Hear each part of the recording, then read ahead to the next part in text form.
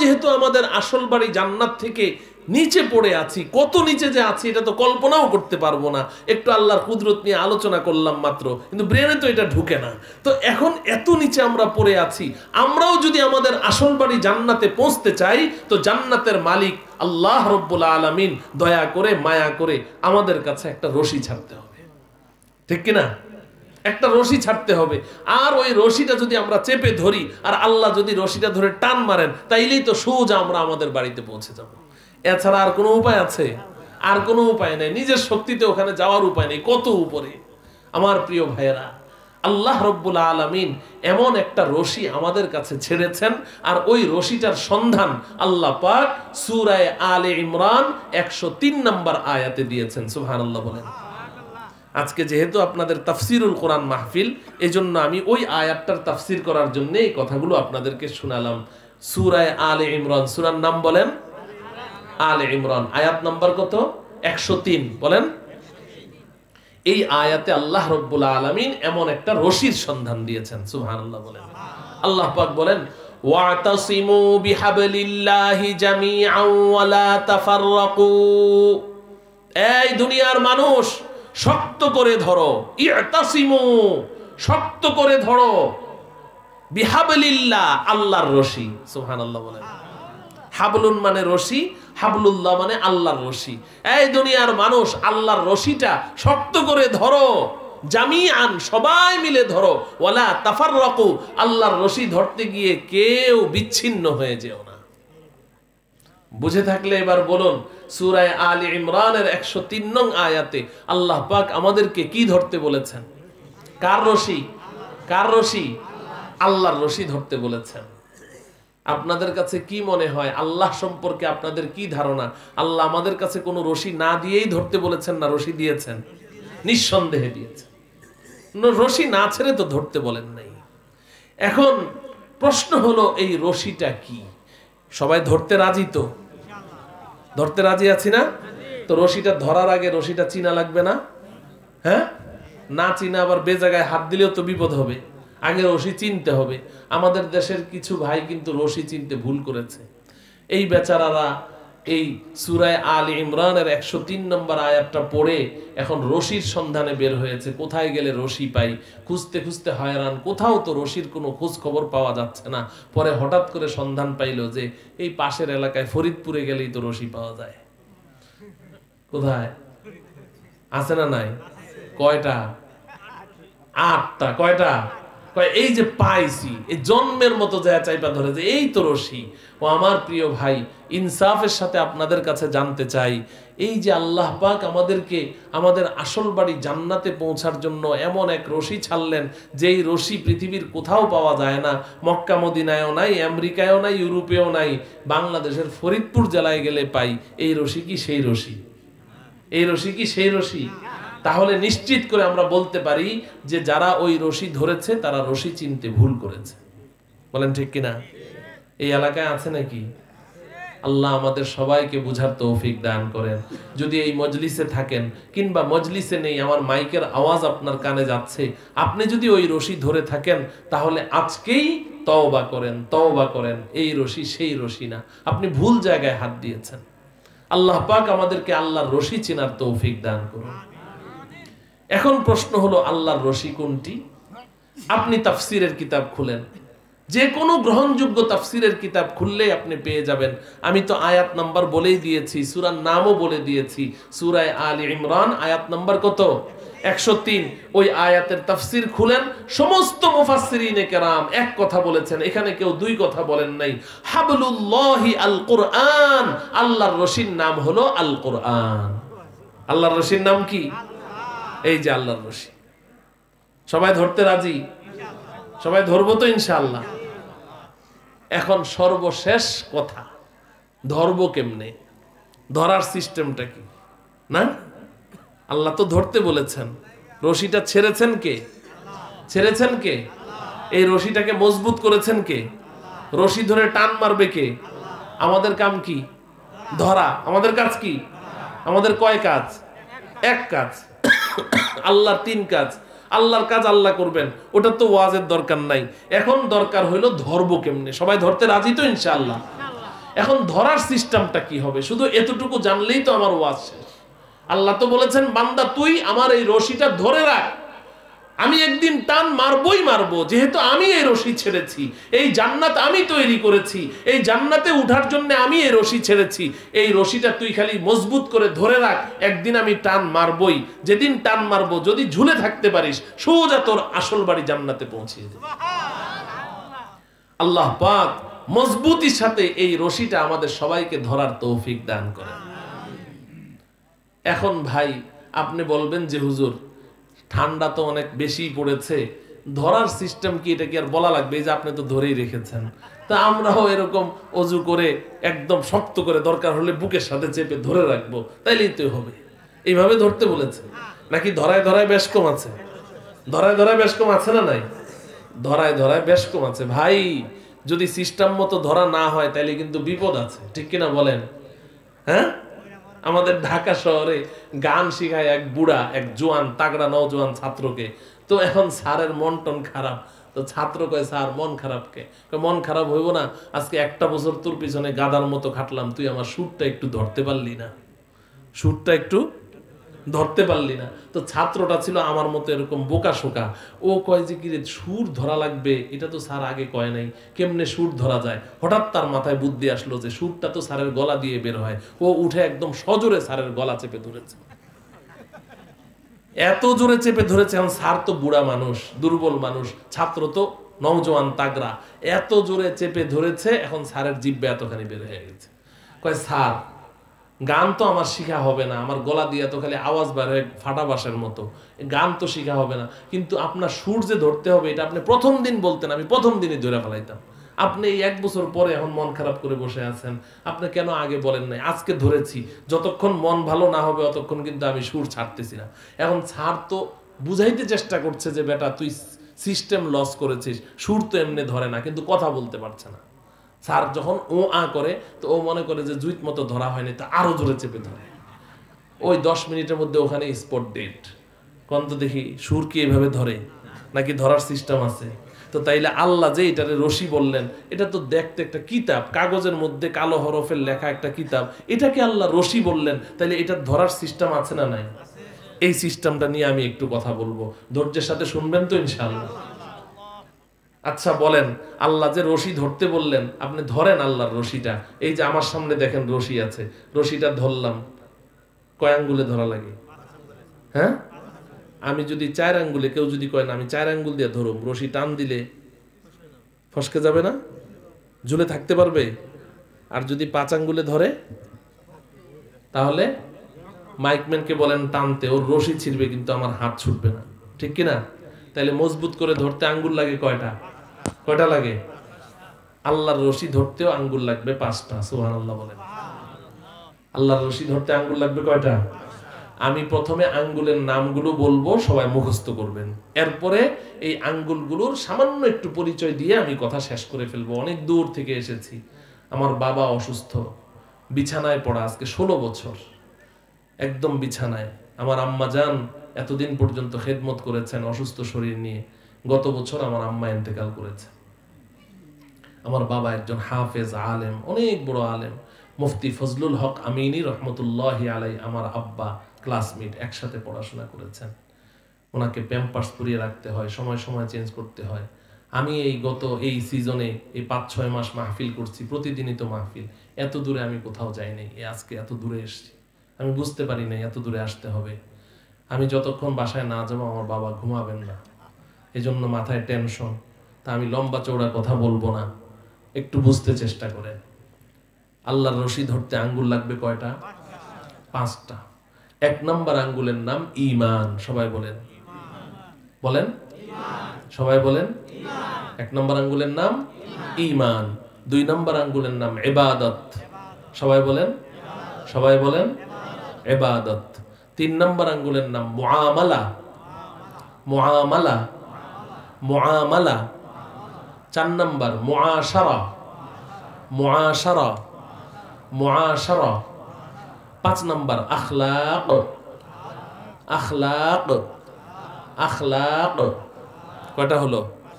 1 নম্বর সবাই বলেন ঈমান, 2 নাম্বার ইবাদত। বলেন বলেন বলেন, এগুলো নিয়ে আলোচনা করবেন পরে ঘরে গিয়ে। 2 নাম্বার কি? 3 নাম্বার মুআমালা। মুআমালা, মুআমেলা বলবেন না, মুআমালা, মুআমালা। 4 নাম্বার মুআশারা, মুআশারা। 5 নাম্বার আখলাক। কয়টা হলো? এই 5টা আঙ্গুল লাগবে। এই 5টা আঙ্গুল লাগবে আল্লাহর রশি মজবুত করে ধরতে হলে। আপনারা শিক্ষিত মানুষ, জ্ঞানী গুণী মানুষ, বুঝে ফেলেছেন যে এই আঙ্গুল সেই আঙ্গুল না, রক্ত মাংসের আঙ্গুল না। এই 5টা নাম যে আমি বলেছি, এই 5 সেক্টরে আমাদের সবাইকে খাঁটি মুসলিম হতে হবে। এই 5 সেক্টরে মুসলিম হতে হবে। ঈমান, দ্বীন, শরীয়ত, তরিকত, মারেফাত, ইসলাম, যা কিছুই বলেন, এই গোটা ইসলাম এই 5-এর মধ্যে সীমাবদ্ধ। এই 5-এর বাইরে ইসলাম নাই। এই 5 প্ল্যাটফর্মে আমাকে খাঁটি মুসলিম থাকতে হবে।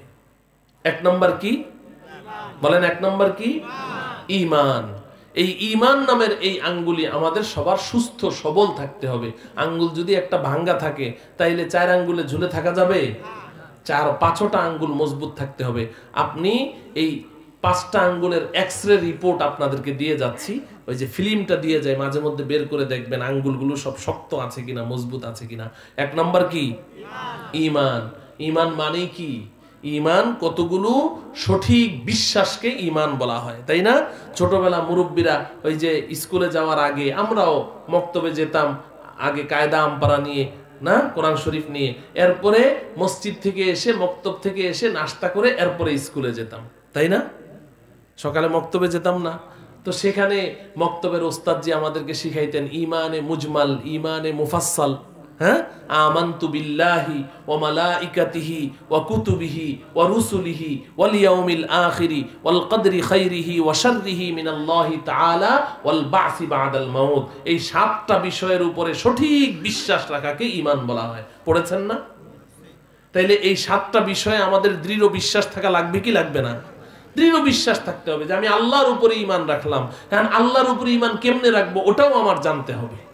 আল্লাহর উপরে ঈমান তো অনেকেই রাখে, ইহুদিরাও আল্লাহর উপরে কি রাখে? ঈমান রাখে, কিন্তু ইহুদিরা কয় আল্লাহ 2 জন। খ্রিস্টানরাও আল্লাহর উপরে ঈমান রাখে, কিন্তু ওরা কয় আল্লাহ 3 জন। হিন্দুরাও আল্লাহর উপরে ঈমান রাখে, ওরা কয় 33 কোটি। বলে কি বলে না?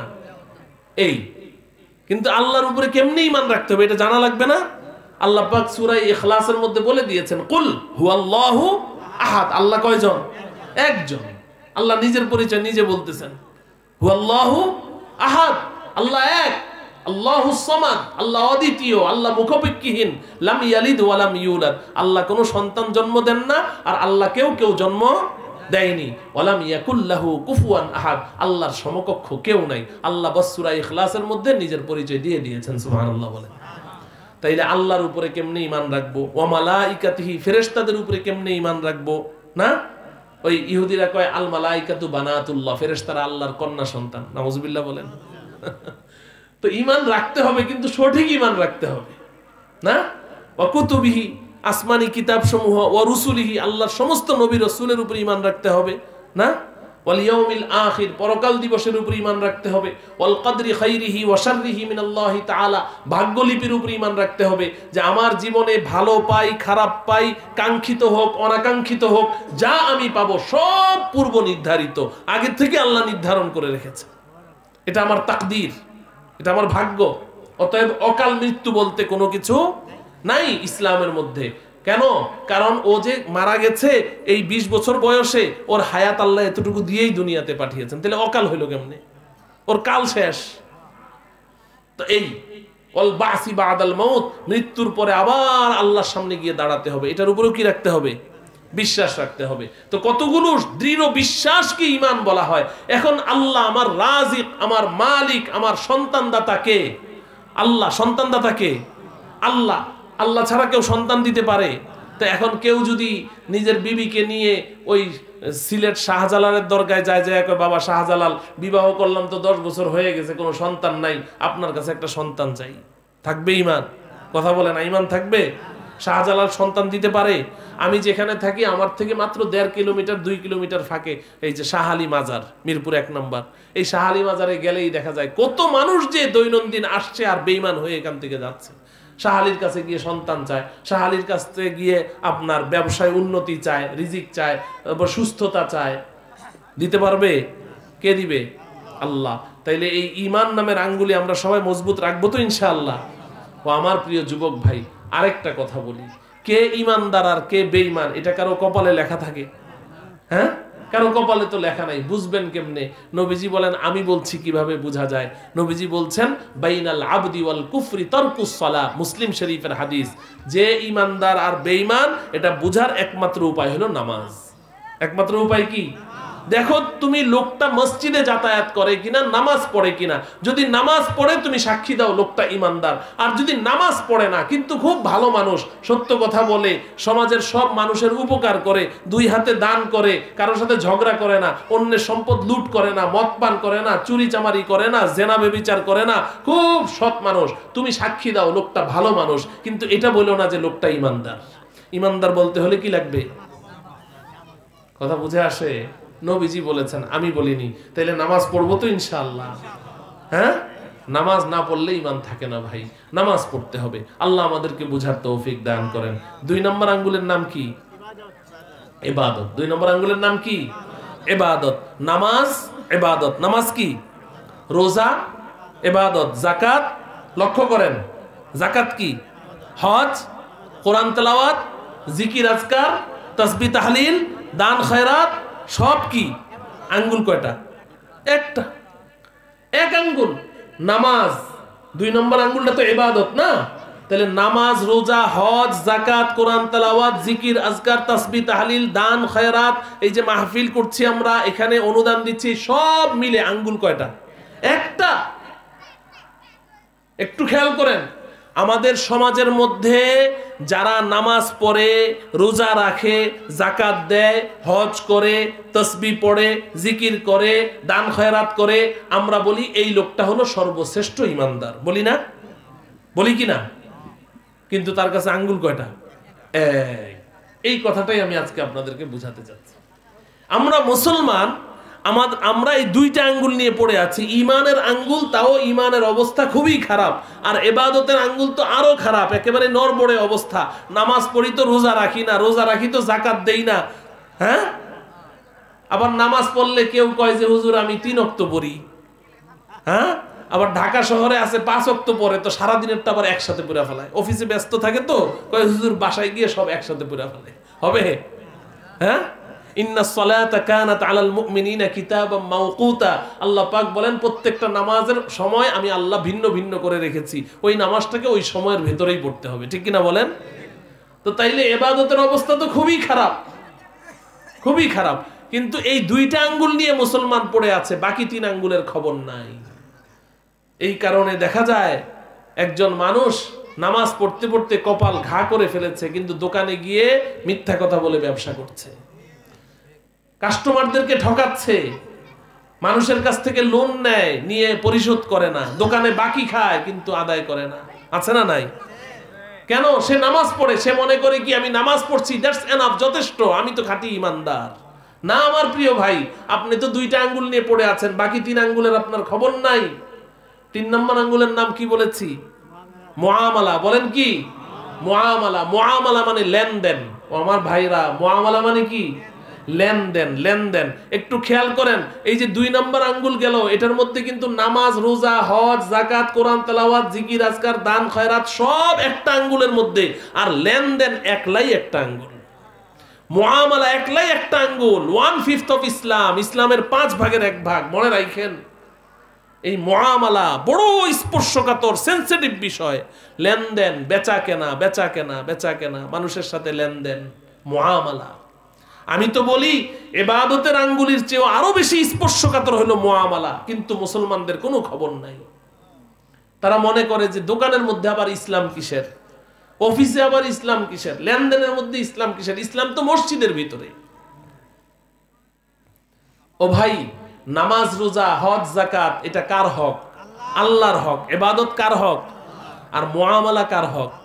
বান্দার হক। লেনদেন কার হক? বান্দার। 4 নম্বর আঙ্গুলির নাম কি বলেন? মুআশারা। মুআশারা, মুআশারা মানে কি? সামাজিকতা, আচার ব্যবহার। একটু খেয়াল করেন, কে কার সাথে কেমন ব্যবহার করবে, বিহাইভ, বাস এটাই ইসলামের 5 ভাগের 1 ভাগ। ও আমার প্রিয় ভাইয়ারা, মুসলমানদের মধ্যে এখন মুআশারা বলতে কিচ্ছু নাই। মুআশারা জানেই না মুসলমানরা। একজন ছোট বড়র সাথে কেমন মুআশারা করবে, ব্যবহার করবে, বড় ছোটর সাথে কেমন আচরণ করবে, সন্তান বাবা মায়ের সাথে কেমন মুআশারা করবে, বাবা মা সন্তানের সাথে কেমন মুআশারা করবে, স্বামী স্ত্রীর সাথে, স্ত্রী স্বামীর সাথে কেমন মুআশারা করবে, মুসলমানরা এগুলা বলতেই পারে না। আজকে আমাদের মুআশারা ঠিক না থাকার কারণে প্রত্যেকটা পরিবারে অশান্তির আগুন দাউ দাউ করে জ্বলছে।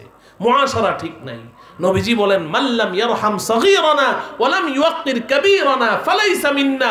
আমার উম্মতের যে বড়কে শ্রদ্ধা করলো না, ছোটকে স্নেহ করলো না, আমি তাকে উম্মত বলে স্বীকৃতি দিব না। আজকাল মুআশারা একদম ঠিক নাই, জানেই না মুআশারা। স্বামী জানে না তার স্ত্রীর সাথে কেমন মুআশারা করতে হয়, স্ত্রী জানে না স্বামীর সাথে কেমন মুআশারা করতে হয়, বাবা মা জানে না সন্তানের সাথে কেমন মুআশারা করতে হয়, সন্তানও জানে না মা বাবার সাথে কেমন মুআশারা করতে হয়। আহারে, আমার আল্লাহ কত সুন্দর করে এই কোরআনে পাকের মধ্যে সন্তানদেরকে শিখিয়ে দিয়েছেন। ইম্মা ইয়াবলুগান্না ইনদাকাল কিবারা আহাদুহুমা আও কিলাহুমা ফালা তাকুল লাহুমা উফফিন ওয়ালা তানহারহুমা ওয়াকুল লাহুমা কওলান কারীমা। এই যুবক, এই যুবতী যাদের মা বাবা বেঁচে আছে, শুনে রাখো, আল্লাহ বলেন তোমার মা কিংবা তোমার বাবা কিংবা উভয়কে যদি বৃদ্ধা অবস্থায় তুমি পেয়েছো, আমি আল্লাহ তোমাকে 5টা কর্মসূচি দিলাম। এই 5 কর্মসূচি যদি তুমি সঠিকভাবে পালন করতে পারো, তবেই আমি আল্লাহ তোমাকে জান্নাতের বাড়ির মালিক বানিয়ে দেব। কয়টা কর্মসূচি? 1 নম্বর, লা তাকুল লাহুমা উফ। মা বাবার কথায় বা কাজে বিরক্ত হয়ে কোন সন্তান উফ শব্দটা উচ্চারণ করতে পারবে না। উফ বাবা থামেন তো, উফ মা চুপ করো তো, এই উফ শব্দটা মা বাবার সামনে বলতে পারবে না, জান্নাতের দরওয়াজা বন্ধ হয়ে যাবে।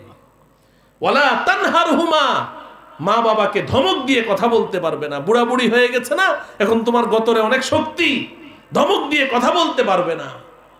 ওয়াকুল লাহুমা কওলান কারীমা। 3 নম্বর কর্মসূচি, নরম স্বরে তাদের সাথে কথা বলবে, নরম স্বরে আদর করে করে কথা বলবে। 4 নম্বর, ওয়াকফিদ লাহুমা জানাহা যুল্লি মিনার রাহমা। এই যুবক, মা বাবার পায়ের নিচে তোমার বিনয়ের 2টো ডানাকে বিছিয়ে দাও, বিনয়ের 2টো ডানাকে বিছিয়ে দাও, একদম নরম হয়ে যাও। বুড়া বুড়ি মা বাবার সামনে ফ্রি হয়ে যাও, মুড অফ করে রেখো না। তোমার বাবার মনে চায় আঙ্গুর খেতে, কিন্তু তুমি এমন একটা ভাব নিয়ে আছো, ভয়ে বলতে পারে না। মায়ের মনে চায় একটু আনারের রস খাবে, কিন্তু তুমি এমন মুড নিয়ে তার সামনে দিয়ে হেঁটে যাচ্ছ, ভয়ে বলতে পারে না। না, তুমি তাদের সাথে একদম ফ্রি হয়ে যাও, যাতে করে মনের সমস্ত কথা তোমার কাছে খুলে বলতে পারে, কারণ এখন পৃথিবীতে তুমি ছাড়া তাদের কেউ নাই। ওয়াকফিদ লাহুমা জানাহা যুল্লি মিনার রাহমা। আল্লাহ, করে দেখো, কত মজা, করে দেখো। আমি একটু আগে বললাম না, আমার মা নেই, আমার বাবা জবান বন্ধ, 16 বছর বিছানায়, ছোট বাচ্চার মতো। এই আসার সময় কপালে চুমো দিয়ে, গালে চুমো দিয়ে বাবার কাছ থেকে দোয়া নিয়ে বের হয়ে আসি, দিলটা ভরে যায়, একটা সাহস অন্তরের মধ্যে। কত মজা, করে দেখো। আল্লাহ রব্বুল আলামিন বলেন, এই 4 কর্মসূচি তুমি পালন করেছো, আমি আল্লাহ একসময় তোমার মা বাবাকে নিয়ে যাব, তুমি কিন্তু এখনো তোমার ঋণ পরিশোধ করতে পারোনি। অতএব 5 নম্বর কর্মসূচি পালন করো। ওয়াকুর রব্বিরহামহুমা কামা রব্বায়ানি সগীরা। এবার তুমি আমি আল্লাহর কাছে আসো, এসে চোখের পানি ছেড়ে দিয়ে বলো, রব্বুল আলামিন, আমি তো কিছুই করতে পারলাম না, আপনি তো নিয়ে গেলেন। এবার আপনার কাছে দরখাস্ত, আমি যখন দুগ্ধপুষ্য শিশু ছিলাম, তখন আমার মা বাবা আমাকে যেভাবে আদর আহ্লাদ করে লালন পালন করেছেন, এখন কবরেও আপনি তাদেরকে এইভাবে লালন পালন করেন। এই দোয়াটা তুমি চোখের পানি ছেড়ে করতে থাকবে, করতে থাকবে, আমরণ করতে থাকবে। এক সময় আমি আল্লাহ তোমার পক্ষ থেকে তোমার মা বাবার ঋণ আমি পরিশোধ করে দেব। কত সুন্দর করে আল্লাহ পাক মুআশারা শিক্ষা দিয়েছেন। শুধু সন্তানকেই শিক্ষা দিয়েছেন তা না, সবাইকে শিক্ষা দিয়েছেন। স্বামী তার স্ত্রীর সাথে কেমন মুআশারা করবে, স্ত্রী স্বামীর সাথে কেমন মুআশারা করবে, আমরা কিচ্ছু জানি না। এই কারণে এখন কথায় কথায় খালি ডিভোর্স, বিবাহ ভেঙে যায় মুআশারা না জানার কারণে। এগুলো উলামায়ে কেরামের কাছ থেকে জেনে নিতে হবে। আল্লাহ রাব্বুল আলামিন এই মুআশারা নামের এই আঙ্গুলি আমাদের সবাইকে শুধরানোর তৌফিক দান করেন। 5 নম্বর আঙ্গুলির নাম কি? আখলাক। বলেন কি? আখলাক মানে কি? চরিত্র। আখলাক মানে কি? চরিত্র। ও আমার প্রিয় ভাইয়েরা, চরিত্র এটাই তো হচ্ছে এই আখিরি উম্মতের সবচেয়ে বড় বৈশিষ্ট্য ছিল। নবীজি সাল্লাল্লাহু আলাইহি সাল্লাম গোটা পৃথিবীর মধ্যে সর্বশ্রেষ্ঠ চরিত্রের মালিক। ইন্নাকা লা আলা খুলুকিন আযীম। আমার নবীকেই আল্লাহ এই সার্টিফিকেট দিয়েছেন, আপনি হলেন মহান চরিত্রের মালিক। কোন নবী রাসূলকে এই সার্টিফিকেট আল্লাহ দেন নাই। সর্বশ্রেষ্ঠ চরিত্রের মালিক আমার রাসূলকে আমি পেয়েছি। আর রাসূল এসেই ঘোষণা দিলেন, বুইসতু লিউতাম্মিমা মাকারিমাল আখলাক। আমি তোমাদের কাছে এসেছি তোমাদেরকে শ্রেষ্ঠ চরিত্র শিক্ষা দেওয়ার জন্য। ও বন্ধু, নবীজি তো সাহাবায়ে কেরাম শ্রেষ্ঠ চরিত্রের মালিক বানিয়ে গেছেন, কিন্তু এটা অধপতিত হতে হতে হতে হতে মুসলমানদের হাতে নাম সর্বস্ব যতটুকু চরিত্র ছিল, এই বড় বড় আপনার এই টাচ মোবাইল, অ্যান্ড্রয়েড সেট, এত বড় বড় মোবাইল এসে এখন মুসলিম সন্তানদের চরিত্রকে একদম মাটির সাথে মিশিয়ে দিয়েছে, বরবাদ করে দিয়েছে। এই মোবাইল এসে আর কোনো কিছু বাকি রাখে নাই। এখন মুসলমানদের চরিত্র বলতে আর কিচ্ছু নাই। আল্লাহ নবীজি বলেছেন, খিয়ারুকুম আহসানুকুম আখলাকা। আমার উম্মতের মধ্যে সর্বশ্রেষ্ঠ উম্মত ওই যার চরিত্র সুন্দর। চরিত্র সুন্দর। এজন্য বিশেষ করে আমার যুবক ভাইয়েরা, মায়েরা, বোনেরা, আমাদের চরিত্রকে আমরা পরিচ্ছন্ন রাখি। চরিত্রের মধ্যে কোনো দাগ লাগতে না দেই, সামান্য মাত্র কোনো স্পট যেন আমার চরিত্রের মধ্যে না লাগে। যদি আমি আমার যৌবনকালটাকে যদি আমি স্বচ্ছ, পরিচ্ছন্ন, পবিত্র রাখতে পারি, তো বুখারী শরীফের একটি হাদিস, আমি এখন এই হাদিসটার পড়ার সময় পাচ্ছি না, অনেক সময় চলে গেছে। 7 ব্যক্তিকে আল্লাহ পাক হাসরের ময়দানে, এই যে সূর্য মাথার উপরে আসবে, 7 ব্যক্তিকে আল্লাহ পাক এই সূর্যের তাপ থেকে বাঁচিয়ে আরশের ছায়ার নিচে আশ্রয় দিবেন। তার মধ্যে একজন হলো ওয়াশাবুন নাশাআ ফি ইবাদাতি রাব্বিহি। নবীজি বলেন, ওই যুবক যে তার যৌবনকালটাকে পবিত্র রেখেছে, আল্লাহর ইবাদতে কাটিয়ে দিয়েছে, চরিত্রের মধ্যে কোনো দাগ লাগতে দেয় নাই, তাকেও আল্লাহ পাক পুরস্কার হিসেবে আরশের ছায়ার নিচে আশ্রয় দিয়ে দিবে। আল্লাহ, তাহলে আঙ্গুল কয়টা লাগছে বলেন? 1 নাম্বার ঈমান, বলেন 2 নাম্বার ইবাদত, 3 নাম্বার মুআমালা, 4 নাম্বার মুআশারা, 5 নাম্বার আখলাক। এই 4টাই 5টা আঙ্গুল যদি আমার মজবুত থাকে, এবার আল্লাহর রশি শক্ত করে ধরা হয়ে গেছে। এরপরে কি হবে?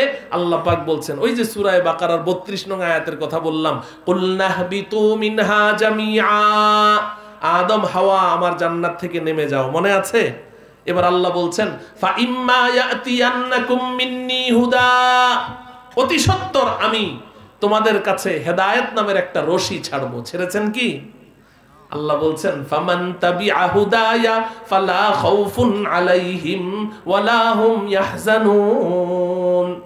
আমার এই রশিকে যারা এই 5টি আঙ্গুলকে সুস্থ সবল রেখে শক্ত করে ধরবে, লা খাউফুন আলাইহিম ওয়ালা হুম ইয়াহজানুন, তার কোনো টেনশন নেই, কোনো ভয় নেই যে আল্লাহর রশি তো ধরে আছি, এবার আল্লাহ কি টান মারবেন? আল্লাহ বলেন, বান্দা আমি দয়া করে মায়া করে যেহেতু রশিটা ছেড়েছি, একদিন আমি টান মারবই মারবো। তুমি এই 5 সেক্টরে পাক্কা মুসলিম হয়ে আমার রশিকে ধরে রাখো, একদিন আমি টান মারবো। যদি ঝুলে থাকতে পারো, সোজা তোমার আসল বাড়ি জান্নাতে পৌঁছিয়ে দিব। আল্লাহ রাব্বুল আলামিন আমাদেরকে এই 5 সেক্টরে খাঁটি মুসলিম হয়ে আল্লাহ পাকের রশি মজবুত করে ধারণ করে আমাদের আসল বাড়ি জান্নাতে পৌঁছার তৌফিক দান করুন।